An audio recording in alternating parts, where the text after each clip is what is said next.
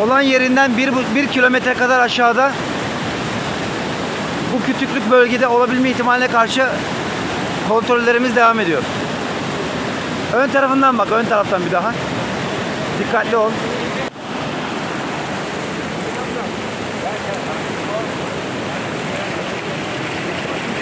Sol taraflı git, sol taraflı.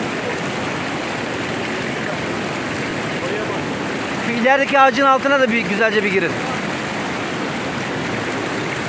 Orada bir zincir yapın.